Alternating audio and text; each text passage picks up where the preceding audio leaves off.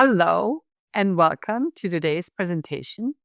Last time we talked about Paracelsus, and we heard that he liked to listen not only to people who have great knowledge, but also to miners, to gypsies, and he was really interested in a lot of folk stories. And we also talked about the elementaries and how important it is to control our thoughts. And so I wanted to share a story that I sometimes tell my yoga students because it reminds me of these elementaries. And that we find stories in all traditions that say the same thing. And it has to do with a Cherokee Indian grandfather. And he talks to his grandson, and he said, there are two wolves fighting in my head. And the one is really mean and angry, full of hate and jealousy. And the other one is full of love and humble and kindness. And I'm paraphrasing and shortening the story now. And then the grandson asked after a minute and said, well, which wolf is winning? And the grandfather said, the one I'm feeding. And I thought I would start today with that because it just reminds us of all these traditions tell us the same thing. But today we're talking about Franz Anton Mesmer. And in the 18th century, Vienna and Paris, Mesmerism was all the rage, with Marie Antoinette among its followers. But its success aroused skeptics, including Benjamin Franklin. His followers adored him as a charismatic healer, and he repelled critics all the more because he surrounded himself with an aura of the supernatural. He always For him, an entrance was important. He would wear a silk coat. Franz Mesmer is one of the very few people whose name has become a verb in everyday use, to mesmerize. And there was no scientific evidence for mesmerism either during his lifetime or later. Now, there's a lot of misinformation about mesmerism, and there's a lot of confusion. And so I decided to talk about Mesmer's life, but also to split it up into 4 categories. So I'm going to talk about magnetism, which is the treatment with magnets. And then we have animal magnetism, which is called mesmerism. But there are no magnets used. And then I'll talk about hypnotism and the opinion at the end of the 19th century, which was very different, especially in Theosophical circles. And a little bit at the end about hypnotherapy and the modern approach. So why would a Theosophist want to know more about Mesmer?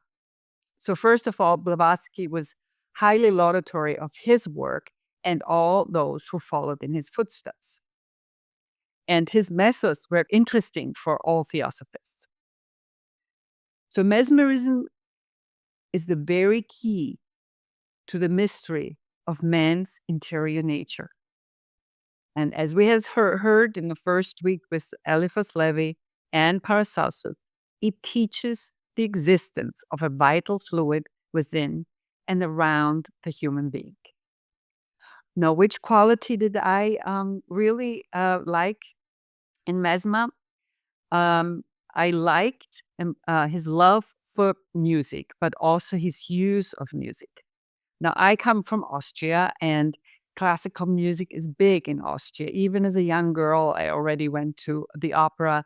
I love to listen to music, sit in the dark, light a candle, because I feel music can really stimulate the chakras, maybe open the heart chakra, go up the throat chakra. And this is the way I create my playlists for yoga. And Mesmer also understood the therapeutic use of music and used it very often in his sessions. So who was he? He was a German physician and is not seen by most biographers as an occultist. He had interest in astronomy, and he theorized that there was a natural energetic transference that occurred between all animate and inanimate objects that he called animal magnetism. And here on the left, we see a print of Franz Anton Mesmer. The early years, where was he born? We see on the right here the house where he was born. He was born on May 23rd in Insnag on Lake Constance, Bodensee. It's a beautiful area. That lake borders on Germany, Austria, and Switzerland, actually. His father was a forester, very religious, and his mother was kind and patient. And he went to monastery school, and afterwards he got a scholarship to the Jesuit college at Dillingen, where he studied not only theology, but also was interested in logic and metaphysics. And at the age of 18, he went to the Jesuit College of Ingolstadt. And again, he studied theology. I think his parents would have liked him to become a priest. But he also was interested in mathematics, philosophy, and physics. And eventually he ended up with a doctorate in philosophy. But I guess that wasn't what he really wanted. So he decided to go to Vienna, Austria, and study law there. So let's look a little bit at his personality. He loved nature, and he exhibited a special affection for water. Now, of course, he was close to a lake, but there were also a lot of creeks in that area. He had a very reflective nature, even as a young child. And he loved aloneness. He was serene, and he really liked to contemplate and go deep within himself.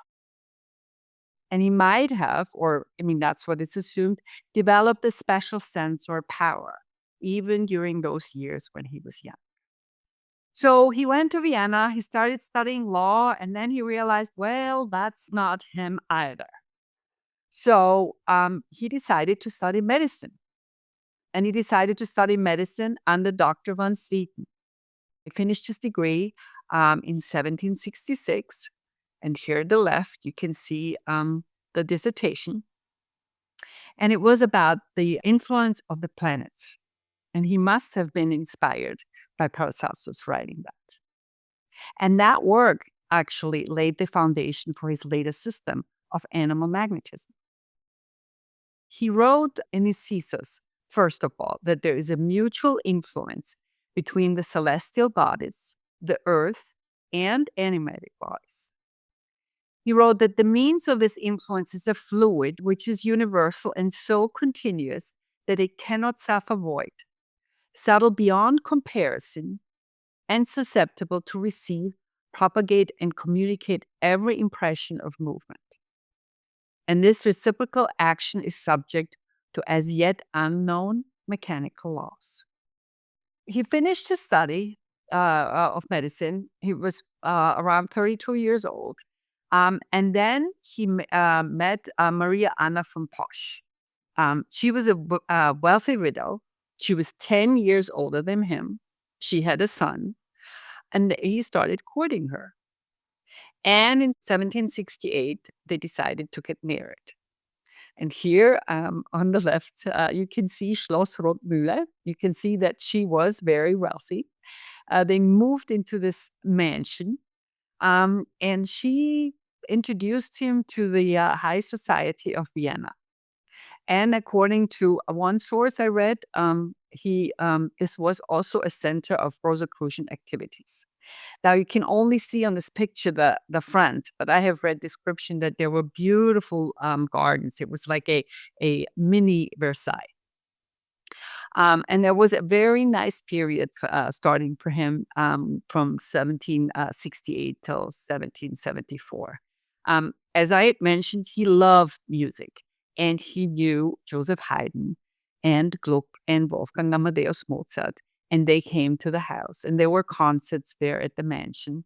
Mozart was very young there, and he had hoped that he could perform an opera for the Empress, and that didn't work out. So he gave him an assignment and said he should write something and then perform it. The marriage wasn't very happy. There is a letter where I think he complained that he was not stimulated intellectually. In none of the papers or biographies, I could find information about exactly when they separated. But I assume that when he left Vienna and went to Paris, that's when they separated, because she didn't come with him. She remained in Vienna. So he had finished his studies, and he started a conventional practice at the age of 33. But he was increasingly dissatisfied with the approach to medicine that was practiced at that time. There was still bleeding, purgatives, and opiates. It becomes clear that he was starting to observe the origin, the form, and the career of diseases in connection with the great changes in our solar system and the universe. So he had a patient, Franziska Österlin. She was 20 years old. She suffered from hysteria, and he treated her for about 2 years with conventional methods, and nothing worked out. And there was he was a Jesuit, Dr. Maximilian Hell, but he was also an astronomer, and he worked with magnets. And he supposedly actually told Mesmer he should try it, and Mesmer was open to it. And he even told him where exactly to put the magnet so it would work. So he did that, and Franziska Österlin improved. So that's when he decided to start using magnets. He magnetized also water and clothes and bedding. Of course, Dr. Hell at that time did it, and that's where he saw it and heard about it. But it wasn't new. It wasn't the first time that it was used. It was actually known for a long time. Now, we have heard of Galen. Paracelsus was not very fond of him. He was a Greek physician, and in one of his books, he mentions the use of magnets. And in 1000 AD, a famous Persian physician described his findings using magnetism to relieve various disorders. And if you read some of the works by Paracelsus, he wrote several treatises on the use of magnets and magnetism. And there is this very interesting person, Athanasius Kircher, not very well known here in the US. He was a German Jesuit scholar and polymath, and he taught a whole philosophy of universal magnetism. And I just wanted to point out that Paracelsus, as I said, wrote about it. And here I have an excerpt explaining it. He says, by the attractive power of a magnet, acting upon the diseased aura of the blood in an affected part, that aura may be made to return into the center from which it originated and be absorbed therein, and thereby we destroy the hurt of the virus and cure the patient. He also said that the magnet is therefore especially useful in all inflammations, influxes, and ulcerations, in diseases of the bowels and uterus, in internal as well as in external diseases. As I said, most biographers really focus on him being a physician.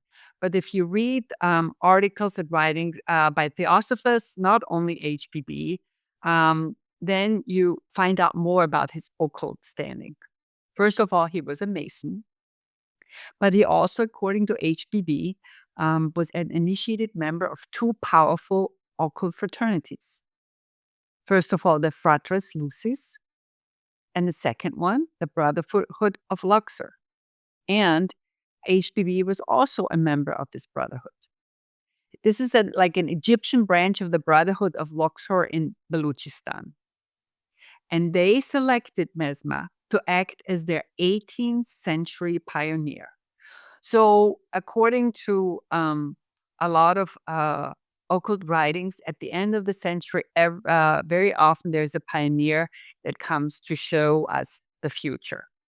Paracelsus was one of them, and Mesmer was one of them. And later, Cagliostro was appointed as helper with the Count de Saint-Germain to supervise the development of the events. Now, the Count of Saint-Germain, I just want to add that because Max Heindl is a Rosicrucian. He founded the Fellowship of Rosicrucian. here in the United States, and the headquarters are in California.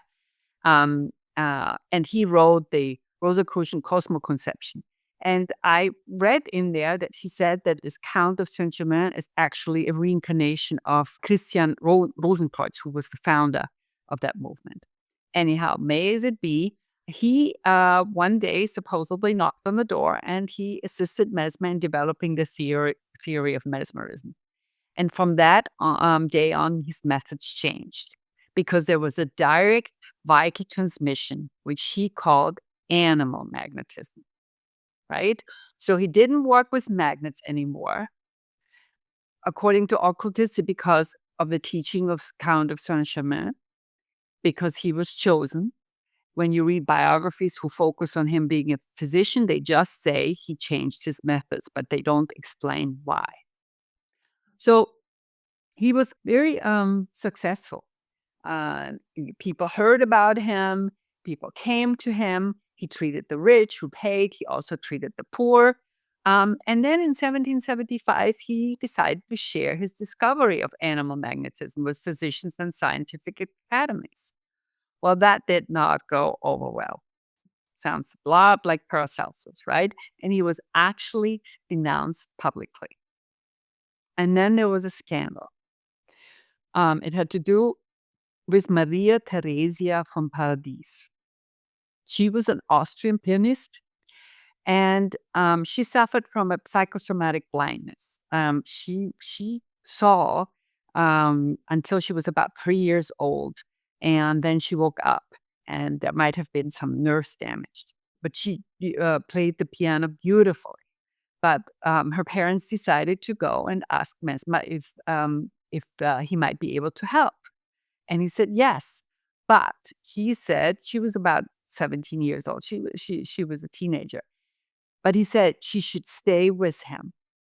And, he worked with her intensely. And according to many reports that one can read, there were changes. She suddenly could see shapes. So she improved. But then it looks like, there are different versions of the story, but it looks like that she wasn't able to play that well the piano anymore. And she got a very nice stipend from the empress because of her talent and because of her blindness. And so her parents got really worried that she might lose that stipend. And so they wanted Mesmer to stop the treatment. And then, big scandal one day, the father showed up with a sword and, told Mesmer he wants the daughter back. Anyhow, eventually she left, and then she was completely blind again, but she continued her career. Even when she was older, she gave concerts, was a well-known pianist during that time in Europe. Anyhow, scandal all over the newspapers. He was discredited, and he just decided that won't work. And he left in January 1778 for Paris. Now, of course, in Paris, they had heard about him. It seems to be like maybe some people were open to this way of treatment. And they were willing to embrace Mesmer's novel style of treatment. So he opened a practice in a very rich neighborhood.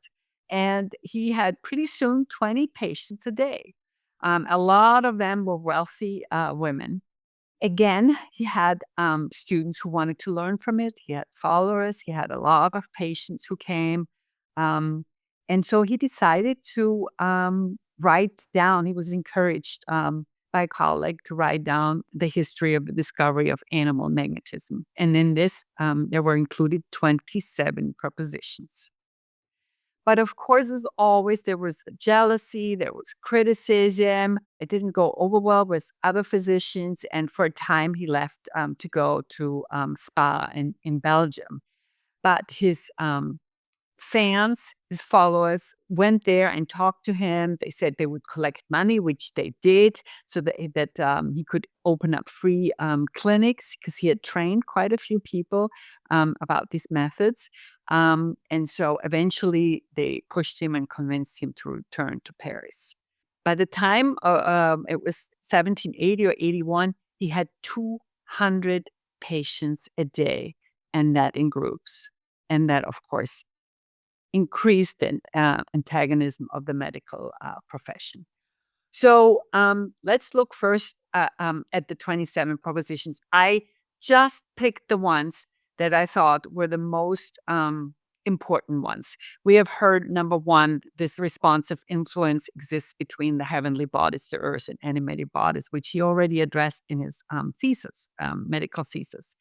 And he said, properties are displayed analogous to those of the magnet, particularly in the human body, in which diverse and opposite poles are likewise to be distinguished. So here we have the opposite poles, just like in the magnet, right? You have the north and the south pole. And these may be communicated, changed, destroyed, and reinforced. So he explains further this property of the human body, which renders it susceptible of the influence of heavenly bodies and of the reciprocal action of those which environ it, manifests its analogy with the magnet. And this has decided me to adopt the term of animal magnetism. So now we know where this word comes from. He also says that experiments show that there's a diffusion of matter subtle enough to penetrate all bodies without any considerable loss of energy. That this magnetic virtue may be accumulated, concentrated, and transported.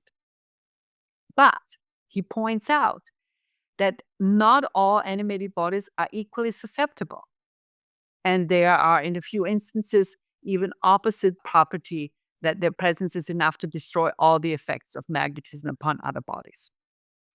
And the last thing that he points out at the end, he says, anybody who possesses this knowledge, any physician, can judge with certainty the origin, nature, and progress of a disease, however complicated it may be.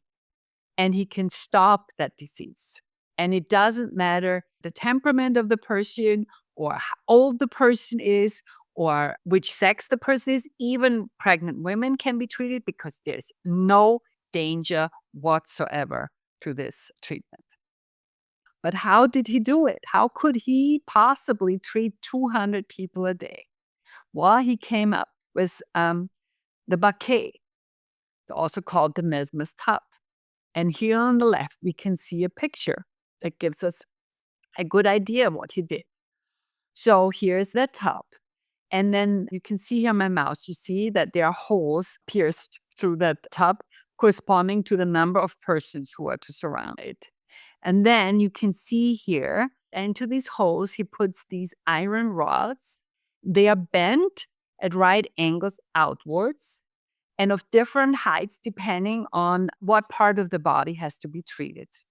And then there's also rope, which communicates between the baquet and one of the patients, and from him is carried to another, and so on to the whole round of people who are around this baquet. And then, and that's what's important, is Mesmer conveyed the fluid by certain motions of his hands or his eyes. And he did not touch anybody. He did not touch the people. And also, very often, he had music in the background, and he sometimes even played the glass harmonica. He loved that instrument. So how does this work, right? This mesmerism, this animal magnetism. As we heard, it's a fluid. And the fluid is a correlation of atoms on metaphysical planes which exudes from every human being in a greater or less degree. So we all have that. But this fluid is composed in part of the astral substance around everyone. We've heard about it when we talked about Éliphas Lévi, right? The astral light, and which is on the astral plane. And so it's a combination of this astral substance and in part of the physical atoms in a finely divided state. And some people have the power to emit this fluid consciously, as I said before, through the eyes or through the fingertips. And most of the healing miracles of history are based upon this psychophysical power in man. William Judge was one of the three founders. So we have Helena Blavatsky, Colonel Occult, and William Judge. And he wrote a few articles about Mesmer and Mesmerism.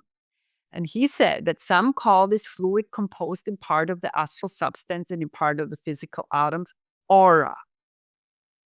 But he says that word is indefinite as there are many sorts of aura and many degrees of expression. And he explains that this aura then is thrown off by the mesmerizer upon his subject and is received by the latter in the department of his inner constitution. And that wakes up certain inner and non-physical divisions of the person operated on, causing a change of relation between the various numerous sheets surrounding the inner man. So this treatment goes inside. I'll talk a little bit more. So HBB also wrote a lot about mesmerism. As I said, Theosophists were really interested in this. So she said mesmerism is the very key to the mystery of man's interior nature. And she said that physicians must study it someday or cease to be regarded as physicians. The peculiar phenomenon here indicated has often been noticed in therapeutic magnetization. It is the vital force intensely concentrated by the magnetizer's will pouring out of his system into the patients. So again, we had this, we heard that when we talked about magic and learned more about Éliphas Lévi. So it's this intensely concentrated will. A proof, moreover, of the presence in man's system of all those subtle powers of nature, the grosser manifestations of which are only known to us as electricity and magnetism. But the finer manifestations escaping entirely the scrutiny of physical science. At least back then, there are some writings that show that we have a slight change in understanding. And she also said that the human vital force is the most potent of all known agencies. And the health of body or mind is only possible when there is a perfect magnetic equilibrium in one's system. So we have inside, it's not only that we can use our hands as poles, as Mesmer did, but we have these poles inside of our body. And there has to be an equilibrium. And she said the healer heals simply by restoring that balance in his patient by the force of his benevolent desire and will. Mesmerism, in fact, is the most important branch of magic. And the ancients considered magic as a sacred science, inseparable from religion. And the science of magic is based upon the postulate that one vital principle pervades the entire universe. Again, we hear this, as Paracelsus said, as Éliphas Lévi said. And this principle is the one life of our solar system, the one force underlying all the various forces of nature. And magnetism is one of the manifestations of this vital principle. And when human magnetism is directed by the will, it is known as mesmerism. Everything I quoted up till now were from theosophical writings, right? But there was a Scottish physician and writer. His name was William Maxwell, and he wrote Medicina Magnetic in late 1600s. And he already said that there is a universal attraction of what some people call a world soul. So he had a different name for it. It is life, as fire and ethereal as light itself. And he said all matter is destitute of action except when its life force, magnetic force, permeates it. He also said that magnetism is found in nature free from all fetters, and he who understands how to unite it with a harmonizing body possesses a treasure which exceeds all riches. And he also said, he who knows how to operate one man by this universal spirit can heal, and this at any distance that he pleases. So here we have somebody who is not a theosophist, who wrote in the late 1600s and who explained this principle in his own words. So he was successful. He had rich clients. He treated the poor. He taught several other physicians how to use it, those who believed in him, those who had watched him, those who had seen that it works.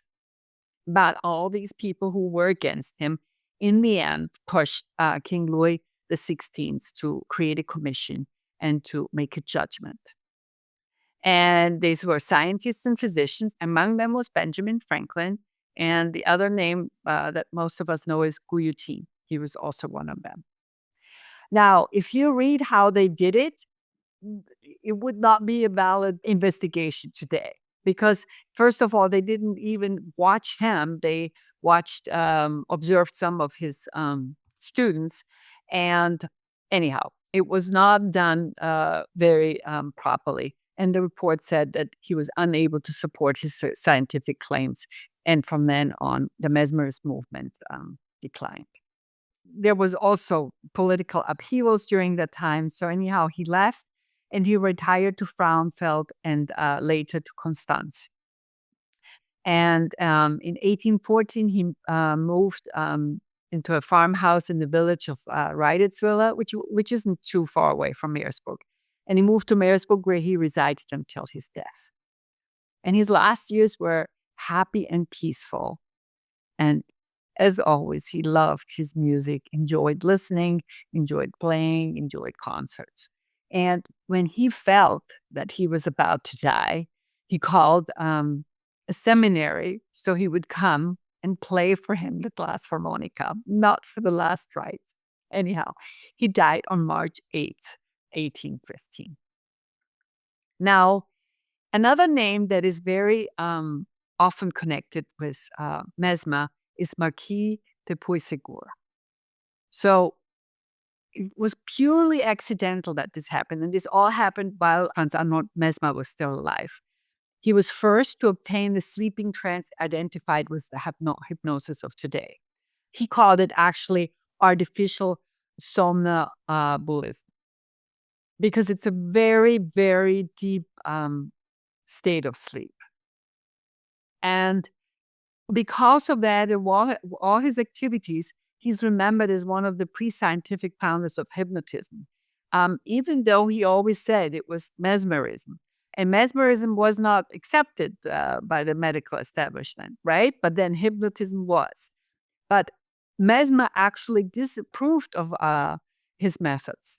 And he said he doesn't really understand what he's doing and what's going on. Plus, Mesmer always said and explained that the inner state of the person, of the mesmerizer, and that's he didn't even give himself that name. So he called it animal magnetism, but it was his followers who liked it that called it mesmerism. Anyhow, he emphasized that the inner state of the mesmerizer is extremely important.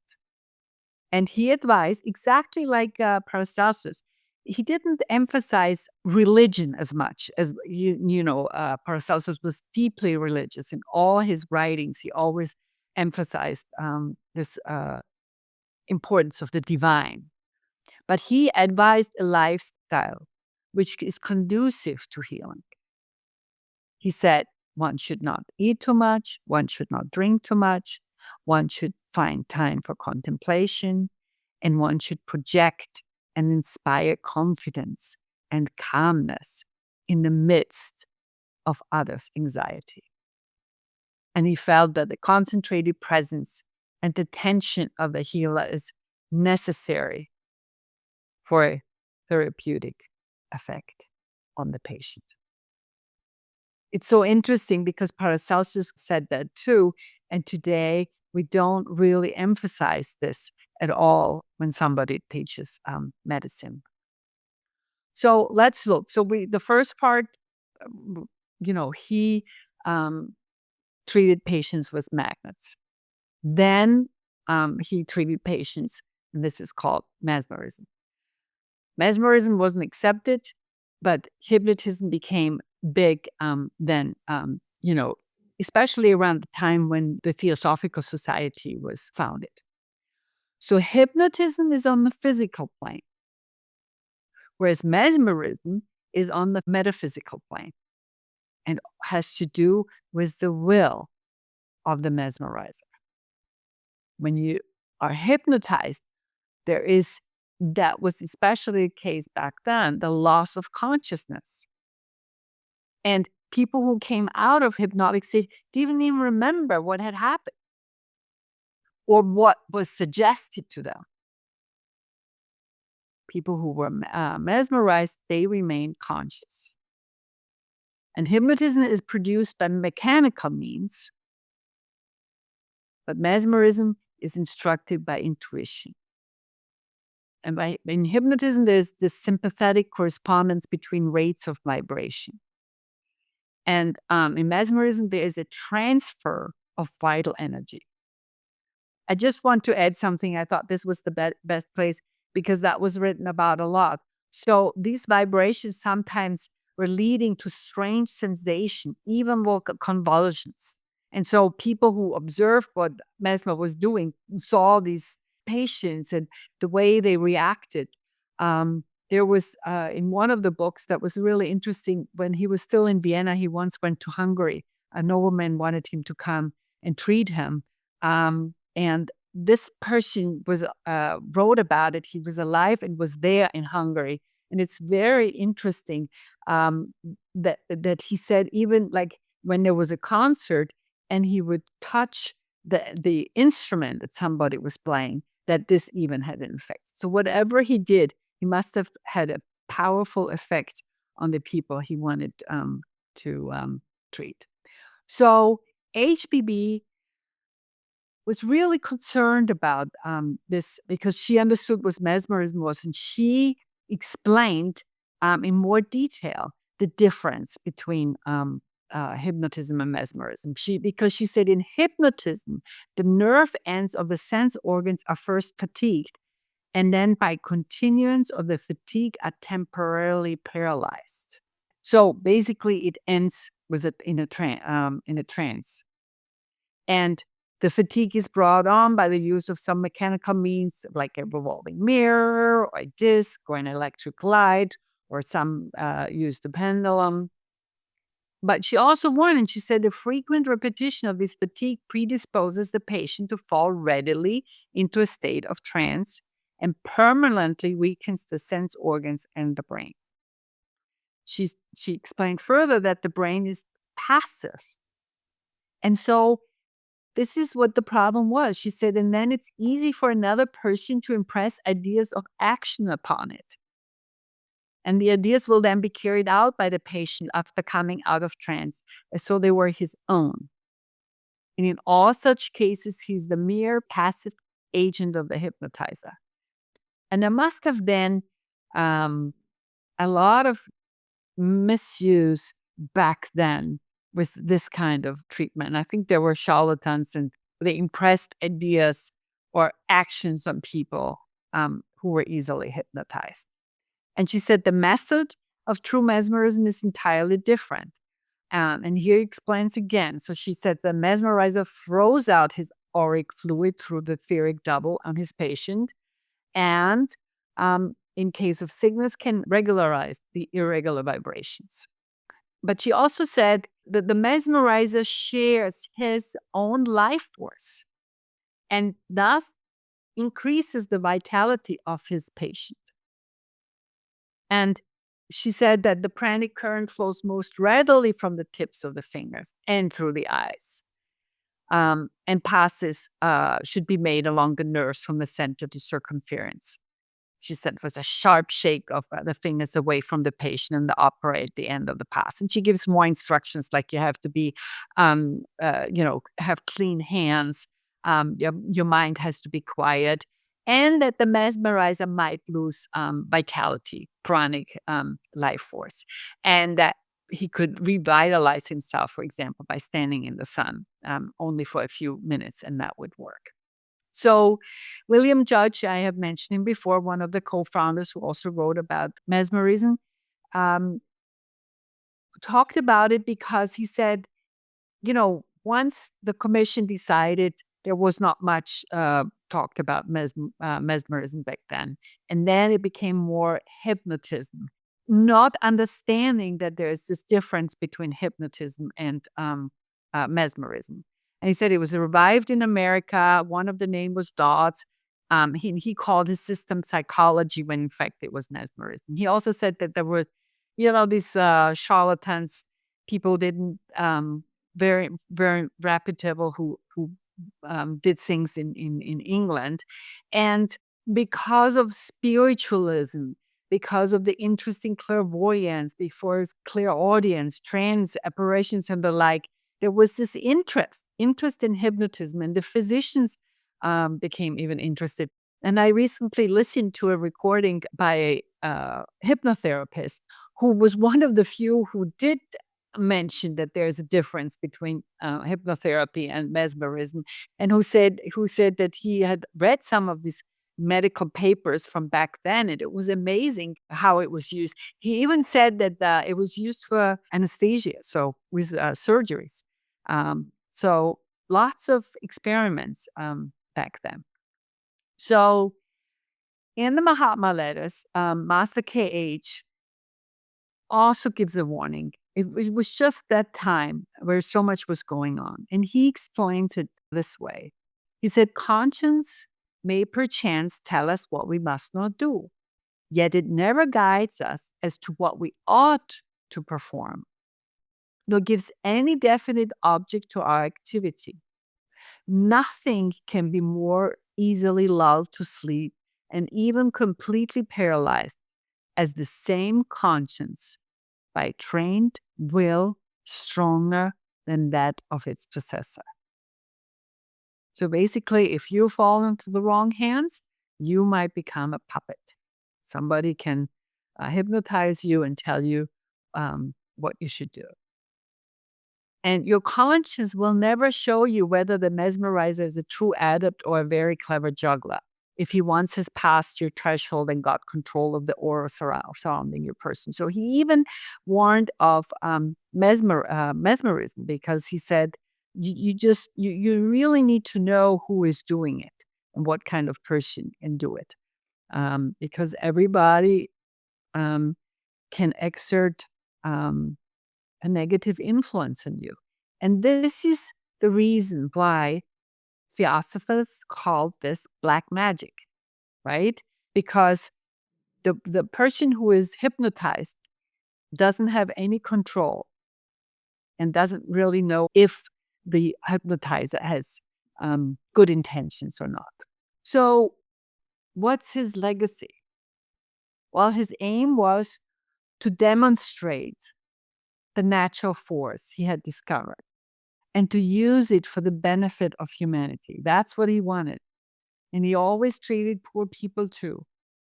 But his reward was mainly a lot of anger, hatred, and malice. And he would have liked to be acknowledged. That is clear. So that was his personality. But at the end, he understood that this was not going to happen. He actually initiated the early beginnings of psychiatry, autosuggestion, magnetic field therapy, and frequency wave therapy.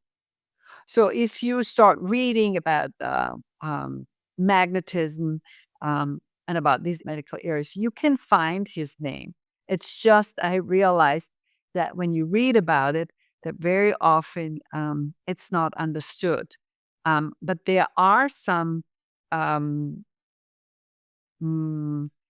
would say, physicians with an approach that are trying to understand what this was all about. He might have had an inkling that people will talk about him once he has passed away. Because in 1812, so a few years before he passed away, a delegation from Berlin, from the Academy of Science visited. And they actually invited him to come to Berlin, but he wasn't interested. And they honored him after his death with an elaborate monument marking the site of his grave. And here it is. This is Mesmer's grave. This is in Meersburg. It's interesting because there's nothing religious about it, unless you want to say the 3 steps point to what's a religion. And here on this part, you see planets depicted. And this is a view from the top of the grave. And there you can see the magnetic needle. So it's actually a very interesting monument for him. That brings us to modern hypnotherapy. As I said, in the 19th century, there was a lot of abuse. It wasn't accepted by the medical establishment, hypnotism, that anything positive can come of it. But I believe in 1954, they finally, here in the United States, acknowledged that there are can be positive results from hypnotherapy. The simplest explanation is it helps to reframe destructive patterns. And it can be a very effective treatment for a range of issues. For example, I have two friends. One that was years ago, she tried to stop smoking and she had tried many times, but the only way she could do it was with hypnotherapy. And then somebody recently, he was biting nails, and with only one treatment, he stopped biting the nails. Because clinical hypnotherapy changes one's perceptions at the subconscious level. Still, it's not the same as mesmerism. The interesting thing is, as I was reading all this about mesmerism and that he didn't touch the people and that there's this fluid coming out of the hands, I was thinking that I feel that mesmerism is much more connected to healing with hands that we have very often today. I feel that elements of his work can be found in therapeutic touch. You can find information on their website, but Dora Kunz and a doctor wrote about it and came up with this treatment and taught nurses how to do it. And Dora Kunz was a clairvoyant, Theosophist, or Reiki. So, of course, there's the Reiki to distance healing, but you can also go to a Reiki master and they will use your hands and try to help you. Or if you look into energy healing, or there is spiritual and angelic healing. So I had once, actually, it was in Kupalo. It was the most amazing experience. I had, I thought, well, I will try it out, right? And I could feel this woman move the energy around. It was incredible. And I just recently tried hypnotherapy, but the person who treated me does also Reiki. And for me, energy healing works better. I don't know yet if the hypnotic treatment worked because I haven't been in the situation which was I was addressing. But I must say that I'm a big fan of energy healing. There's the contact and the distinct healing. There's pranic healing. And I also have read articles that Qigong is very similar to mesmerism. Why would it be important for us to learn about mesmer or mesmerism or understand the difference between treatment with magnets or hypnotherapy? Because according to Helena Blavatsky, we have reached the point where manas, the mind, starts receiving with increasing intensity the intuitive light of Buddhi, and thus preparing the birth of the 6 sub-rays of the 5th root race. If you have studied Theosophy for some time, if not, it's just to go to the next level, to evolve to the next level, right? And this awakening takes place through pioneer individuals and social sectors initially consisting of small numbers of citizens. And this is why we have people like Paracelsus, people like Franz Anton Mesmer, who don't have an easy life, who come and who show us the path to the future, who show us where we need to go, who show us what we need to understand, what we have to work on, right? And what is for me so calming is when I read something that HPV wrote. because she said, as an unavoidable collateral effect, this new energy seems to disturb and to reduce the work of previous or conventional mechanisms of production of ethical feelings.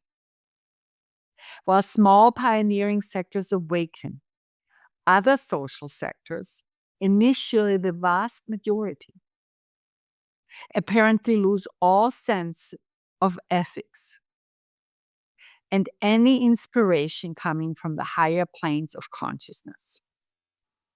Thus, the transitional crisis intensifies. Yet it is because of the new inspiring energy that the old structures tremble.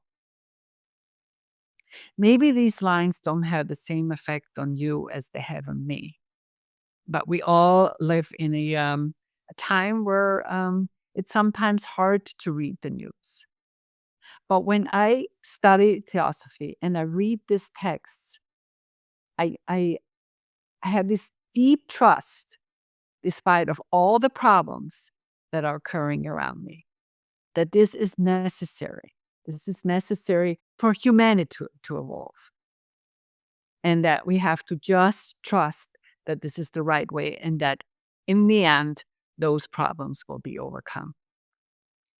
And the Mahatmas, they tell us also that it's important to understand, because they say, fathom the nature and essence of the sixth principle of the universe in man, and you will have fathomed the greatest mystery in this our world. And why not? Are you not surrounded by it? What are its familiar manifestations?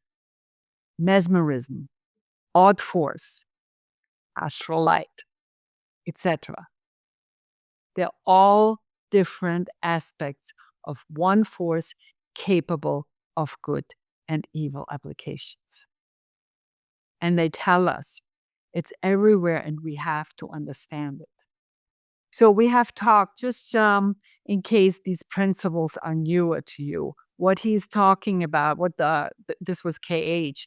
Kuthumi, he was talking about the sixth principle, right? Buddhi. So we have the seven principles, the physical body, and then the etheric double, and the life force, and the desire body.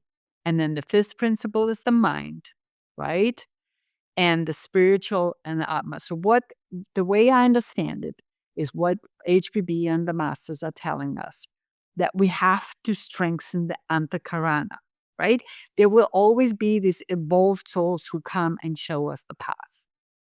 But we are at a different level, right?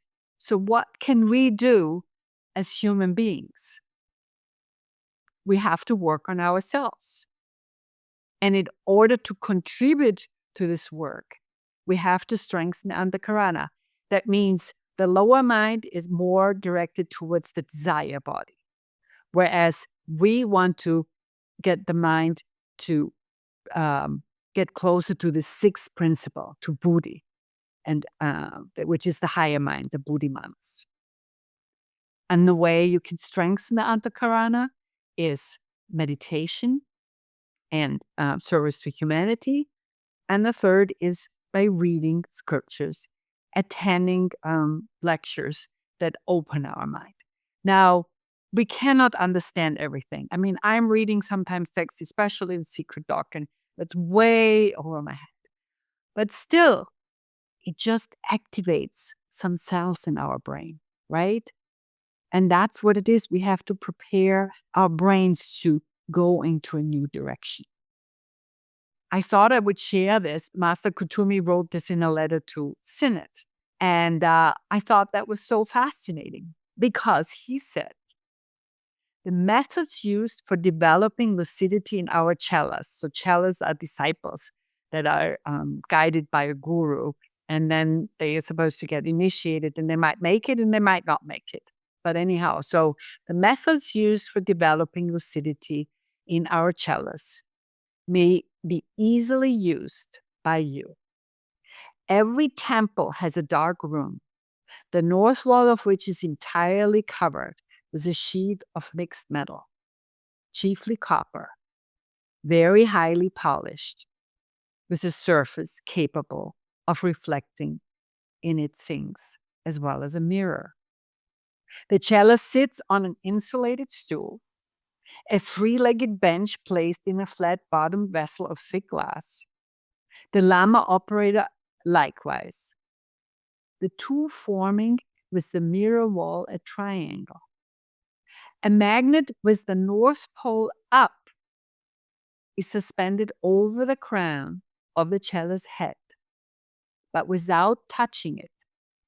And the operator, having started the thing going, leaves the cello alone, gazing on the wall. And after the third time is no longer required.